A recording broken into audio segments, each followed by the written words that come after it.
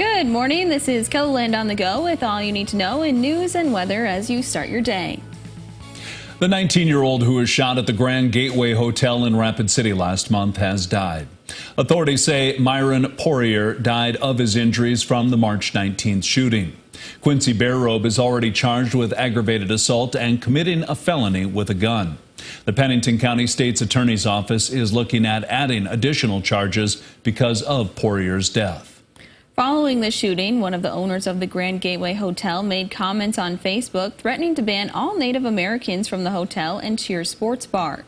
That sparked several rallies against racism in Rapid City, along with a federal lawsuit. City and community leaders also spoke out against the comments. A Mitchell woman is facing a long list of charges after shots were fired in the east central part of the city last week. Mitchell police say the shots were fired from a car on Thursday. Officers arriving on scene found multiple bullet holes in a parked car. After talking with witnesses, police found the suspect car. Searching the car, officials found evidence linking it to the shooting. Police also searched a home connected to the car. Inside, they found a gun and illegal drugs. 20-year-old Jade Ott was arrested for possession of a controlled substance, discharge of a firearm at an occupied structure or motor vehicle, and more. Teresa Bentis, who entered an Alford plea in the 1981 death of her newborn son, was released on parole. Bentis served less than 3 months in prison as stipulated by the judge. A passerby found Bentis's newborn son wrapped in blankets in a Sioux Falls ditch during the winter of 1981. Advances in DNA technology led authorities to charge Bentis in 2019. She entered an Alford plea to a first-degree manslaughter charge. In December, Judge Bradley Zell sentenced Bentis to 10 years in prison, but suspended 9 of them and said she should only serve 2 months. South Dakota's Attorney General twice caused officers to hit their brakes to avoid hitting him in the months before Jason Ravnsborg struck and killed Joe Beaver in 2020. The Highway Patrol's scrutiny of the Attorney General's driving record is coming to light ahead of the House meeting next week.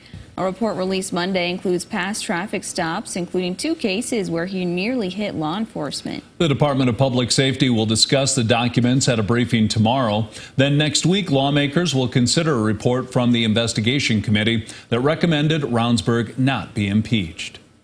Sioux Falls police are asking for the public's help in finding a missing girl.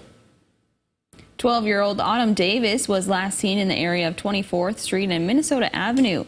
She was wearing a sweatshirt and sweatpants. If you see her, you are asked to call police.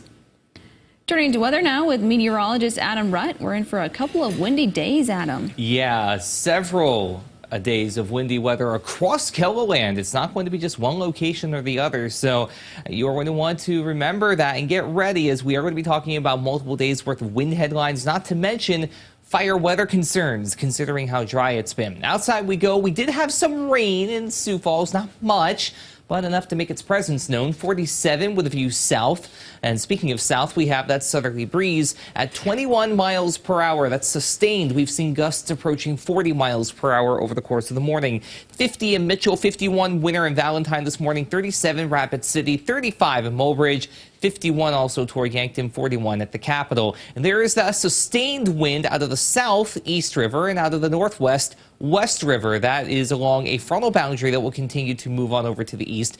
And recent gusts have been upward of 50 to 55 miles per hour out west. Meanwhile, 30 to 40 miles per hour further east. There's that warm front and associated cold front continuing to move on through. Warmer temperatures underneath that wedge, but cooler weather is on the way through the middle of the week, not to mention more wind. Meteorologist Scott Munt will have more on that in your full 7-day forecast.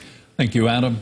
High school sophomores in Sioux Falls are getting a head start at preparing for college. Each day this week, Augustana University is hosting a group that will get to experience college life up close through campus tours and an information session. We just really want students to know that they can believe in themselves, they can go to college, and we want them to know that Augustana is a place for them. We know that students want to stay in Sioux Falls, they see the value here, they want to come to college maybe close to home in a community that they know will have opportunities for them to grow in. They plan to see roughly 2,000 students touring campus throughout the week. After a month of competition, a winner will be crowned in the 6th annual Mash Madness. It ran the entire month of March. 5 breweries, including Remedy and Covert Artesian Ales, brewed a beer for the event. The announcement will be made at 10:30 this morning. We'll tell you who the winner is later today on KELOLAND News. Next week, people in Sioux Falls will head to the polls to decide multiple races, including for the city's next mayor.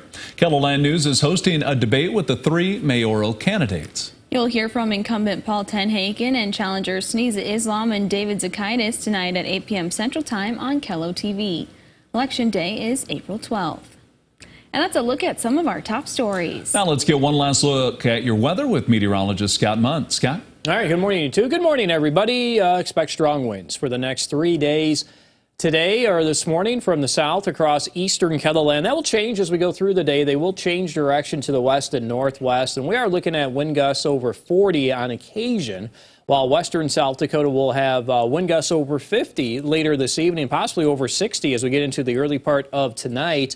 And strong northwest winds for everybody with these wind gusts over 40 for tomorrow. And then as we go through the day on Thursday, that's when I do expect these winds to slowly die down, especially later in the evening on Thursday. We'll have lighter wind speed. So we do have numerous high wind warnings, wind advisories, and even a high wind watch that more or less is in effect for tomorrow across eastern and northeastern South Dakota. Gusts today in western and south central South Dakota over 60 miles per hour. We'll watch our shower chances late this morning. You can see them setting up across eastern South Dakota, and they will again move into Minnesota and Iowa, maybe around the noon hour. As they continue to travel to the east, an isolated shower or two will be possible, I would say, during the evening along and east of the James River Valley, and those will be short-lived. Temperatures today in the 50s and 60s. Tonight, with strong winds, will fall to the 30s, and a cooler day for tomorrow, and that trend will last into Thursday. And that is something you can always check while you're here online with your 7-day forecast. Have a great day.